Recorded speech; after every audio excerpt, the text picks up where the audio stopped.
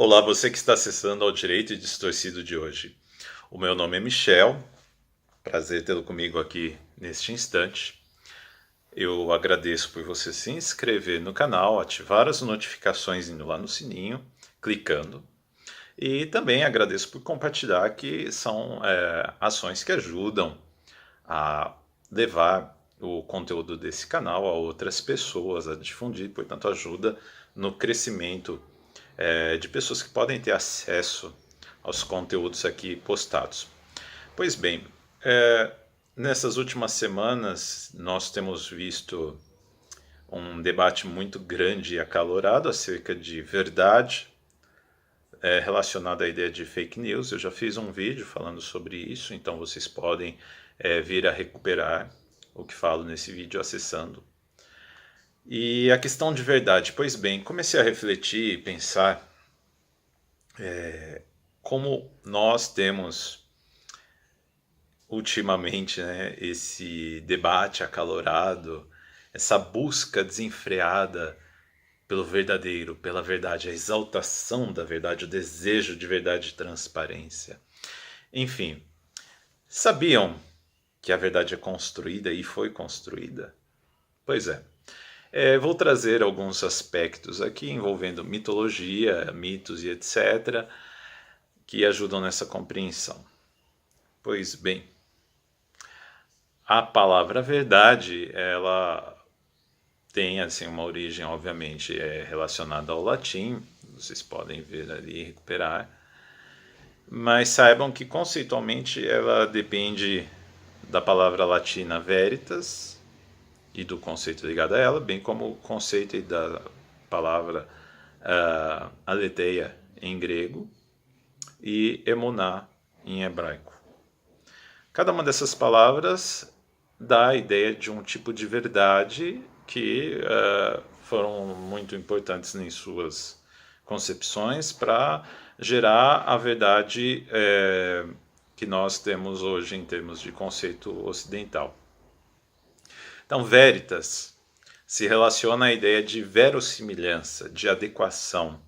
Então, eu pego, por exemplo, um objeto A, uma ideia A, qual seja, e comparo ao outro algo A. Então, se são semelhantes, são verossímeis entre si, então, ao se falar de uma coisa em relação a outra, é porque é verdade. Já a ideia de aletheia, o prefixo A em grego dá a ideia de privação, de tirar algo, de pôr de lado, né? Então, você, por exemplo, vai ter a relação entre a e letes, letos, né? Enfim, que está relacionado à ideia de desobstruir, descobrir, desnudar, desvelar. Se vocês pegarem a palavra, ela está relacionada à ideia de leter, letes, letos, né? Que, enfim, era a filha da noite, irmã da morte e do sono na mitologia. O que acontece? Também dá nome a um dos rios do inferno grego, do submundo grego ali. O Lete era o rio onde as almas se banhavam para se esquecer, para terem um esquecimento. Enfim, é muito notório. Então, quando você descobre algo na ideia grega, na ideia de aletheia, quando você encontra essa verdade, você está descobrindo, você está desvelando. É como se fosse a ideia de tirar o esquecimento. Depois você tem a palavra emuná, em hebraico, que é verdade. Não por acaso ela vem da palavra amém, e está relacionada ao verbo lehamin, que é acreditar. E, pasmem, agora vem a parte mais interessante. A palavra amém está relacionada ao deus egípcio Amon. Então, são línguas, aliás, que têm parentesco, o egípcio e o hebraico, bem como o aramaico. São línguas semíticas. Enfim, o que acontece? O deus Amon ele está ligado com a ideia do sol, o sol que fica naquele horizonte, né? Então, talvez, em termos de mito, em termos de apreensão mítica, a verdade se relacionasse com a ideia do sol que ilumina as coisas e traz a visão clara. Não por acaso vocês têm representações de olhos ligadas à ideia de Deus no Egito e depois, posteriormente, releituras atuais, sempre usando, por exemplo, o olho inscrito dentro de um triângulo para dar a ideia do olho que tudo vê. Enfim, outra coisa interessante, fazendo um outro link aí. Em grego, teoria, já pararam para pensar que dentro da palavra teoria está theos, Deus? E teoria está ligado com teorein, que é enxergar, ver. Então, muito interessante, não é? Enfim, olha como as relações vão levando a gente a perceber alguma coisa ali, em termos de imaginário, em termos de mito, que pode ser uma espécie de repositório para uma compreensão geral. O que acontece? Em termos de percepção, os egípcios eles usavam muito os hieróglifos de uma forma muito interessante, porque representavam tanto ideias, conceitos, só pelo próprio símbolo, mas também representavam verbos, palavras, vogais, consoantes, etc, etc. Eu tenho aqui uma edição do Livro dos Mortos. É uma edição muito primorosa, interessante, porque ela tem os hieróglifos, a transcrição deles, e também a tradução logo embaixo. Outra coisa, para ajudar na compreensão dos hieróglifos dessa edição, desse livro aqui, eu também usei uma gramática de hieróglifos egípcios, do egípcio antigo, que foi muito interessante, que é esta aqui. Não é? Enfim, é muito boa essa gramática. Era de uma época aí da minha vida que eu estava com muito mais cabeça para aprender essas coisas mais antigas, não é? Enfim, hoje eu não me aventuro mais pelo egípcio antigo. O máximo de antiguidade que eu consegui em termos de estudo de línguas foi o grego clássico, o latim e o hebraico. Enfim, já está muito bom. Mas fica essa dica, é uma gramática muito boa. Olha que interessante a primeira linha que vocês têm aqui, né? Veja só. Essa primeira linha é interessante porque está aqui, olha, adoração. Então, é um homem representado com as mãos ao alto. E depois você vai tendo outros símbolos aqui. É interessante essa ideia aqui, olha, de horizonte, tá? Porque você vê o sol, você vê uma espécie de receptáculo de casa, que é a ideia de o horizonte como se fosse uma espécie de vaso virado ao contrário, ok? Onde os fenômenos celestes vão acontecendo.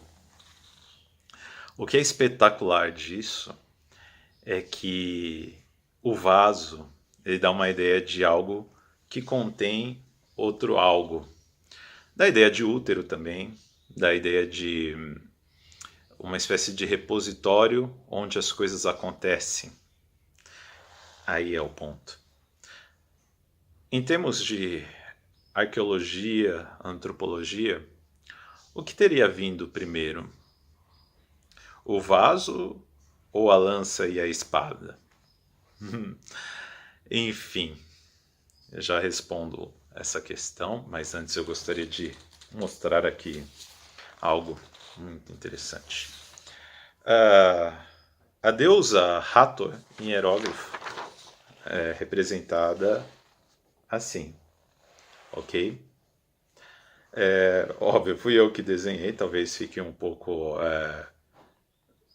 infantil o desenho, mas sem problema. A ideia aqui é transmitir esse conceito.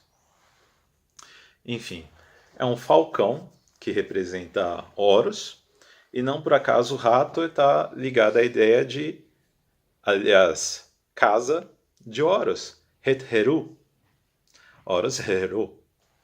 Então, quando você fala Hathor, é a ideia de casa de Horus.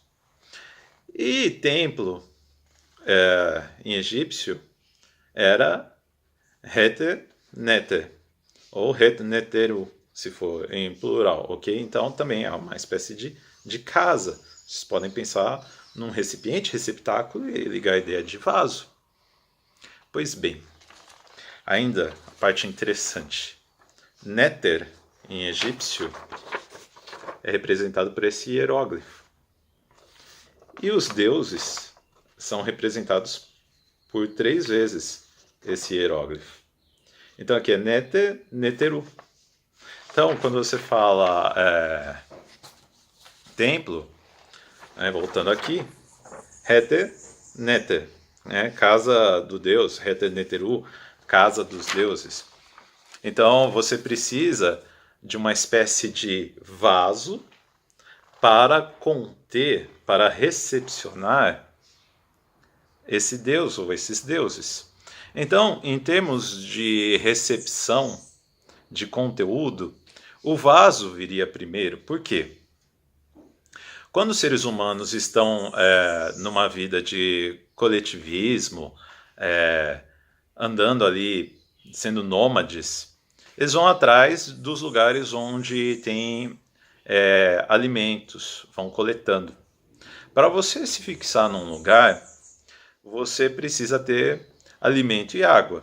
E para você guardar alimento, você precisa de vasos. Então, naquele vaso você vai colocar grãos, você vai colocar carne seca, você vai colocar água para não ter que ficar se deslocando de um lugar para outro.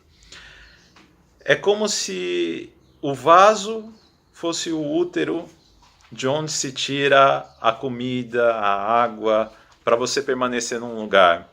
E depois você tem a casa também representando a ideia de um segundo útero. Então, percebe que interessante? Aonde eu quero chegar com isso? Existe um conceito grego que é encontrado em Platão que se chama Cora. Cora dá a ideia de espaço, mas é um espaço que ele dá uma delimitação, uma limitação para conter algo e algo se desenvolver dentro daquela limitação. A Cora seria a mãe do dever. Então você tem vários tipos de Cora que, dependendo do tipo de Cora, ela vai gerar um algo. Então, por exemplo, a cidade de São Paulo é Cora de que tipo de pessoa, que tipo de evento, enfim. Essa Cora de São Paulo é igual a Cora de Paris? Por exemplo, a Cora de um bar, a Cora de um restaurante, o que pode sair dessas Coras? Entendem? Então, nós precisamos de certos vasos para gerar certas coisas. É imprescindível ter uma limitação. E esse é o ponto. Chegamos então à ideia de verdade relacionada com a limitação, com o ambiente que a gera. Por isso que eu disse anteriormente que a verdade ela é gerada e construída. Então, qual é o tipo de Cora que deu origem a, agora entre aspas, verdade? Veja, nós usamos muito no Ocidente uma verdade construída no binarismo que depende do modus ponens, que eu já falei em outros vídeos, que é o princípio da identidade ou da não contradição e o princípio do terceiro excluído. Então isso pressupõe uma série de representações lógicas e relacionadas também à sintaxe e semântica que vão impedir que haja a possibilidade de uma coisa ser e não ser outra ao mesmo tempo. Mas e aí, em termos de física quântica, princípio da incerteza e o tal do gato do Schrödinger, que vocês podem recuperar aí, fazer as pesquisas, né? Em que, por exemplo, uma partícula ela pode estar e não estar no mesmo lugar ao mesmo tempo. O gato pode estar morto ou vivo. Isso não acontece com as coisas em termos de mente, ideias, conceitos e pessoas? Acaso as coisas são A e B? Existe uma estrutura lógica que vem do Oriente, que se chama tetralema ou catuscote, que ela admite o quarto elemento, que ele capta a transição de um elemento A e ela trata dessa transição de tal maneira que ela é representável logicamente.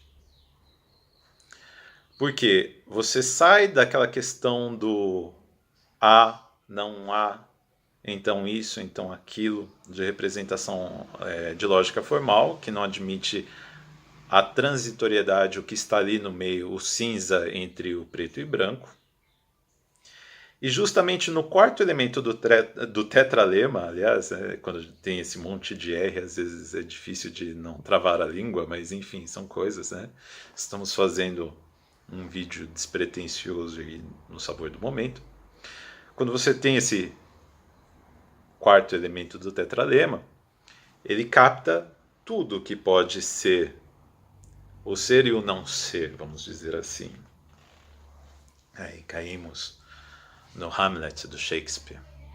Veja, gente, nesse quarto momento, neste quarto termo, você encontra o mito.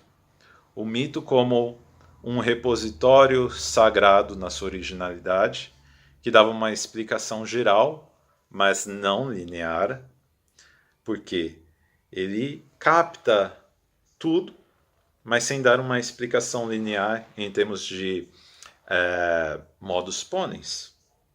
Eu consigo escutar o mito e captar algo que vai me dar uma explicação ali naquela parte da humanidade em que havia um conhecimento mítico. Depois vocês vão ter teorias de psicologia, psicanálise retomando o mito como uma explicação abrangente através daquilo que ele pode compreender de forma geral, dar ideia de forma geral. E a partir do que eu posso tratá-lo como se fosse uma terra em que há várias colheitas possíveis a serem feitas a partir dessa terra. Então, o mito se encontra enquanto uma modalidade de apreensão de conhecimento, de verdades possíveis, nesse quarto elemento do tetralema. E isso é interessante porque é a saída para os impasses dessa lógica exacerbada a que chegamos neste momento de a verdade plena, a verdade redentora e absoluta. Então, você fica só no A e no B. Você ignora o que está ali no meio. O mito ele é capaz de permitir a apreensão simbólica, alegórica e diversificada de vários elementos que estão ali entre A e B. Esse momento intermediário. Fica aí a ideia de que talvez o tetralema ele venha a ajudar muito nos impasses a que chegamos, não por conta de conteúdos, mas pela maneira como lidamos com os conteúdos, que muitas vezes nós ficamos só com os extremos e forcluímos aquilo que está entre um extremo e outro. E é interessante que talvez seja adequado pensar que a maneira como você trata o conhecimento, o tipo de aplicação lógica, semântica, sintática desse conhecimento, determina o tipo de resultado que você vai ter em termos de ideias e conceitos. Aí você ignora tudo que está ali no meio todas as gradações de cores. Será que isso é interessante, gente? Enfim, ficam essas reflexões, esses conceitos. E, aliás, mais uma coisa que faltou dizer a vocês e que é bem a propósito. A palavra amém dá a ideia de a mente, que é o submundo egípcio. E fazendo também um pequeno adendo aqui, já que eu falava dessa situação, né? Aqui está o meu desenho para vaso, para Cora, a mãe do dever, né? O tipo de conteúdo que pode sair daqui de dentro. Então, enfim. E tem outra também coisa aqui interessante, voltando à questão de Deus e deuses, só para curiosidade agora. Esses hieróglifos aqui talvez tenham dado origem à letra hebraica Vav. A letra hebraica Vav tem um valor numérico 6. E quando você põe 666, então dá 666. Se você pôr 3 Vavs em hebraico, 666. Acontece que eu não poderia deixar de fazer essa piada aqui. Se você for transcrever www, que é usado para a internet, em hebraico, você põe Vav, Vav, Vav. Dá 666. Será que a internet seria o 666? Enfim, fica a pequena anedota aí para vocês. Grande abraço e um excelente dia.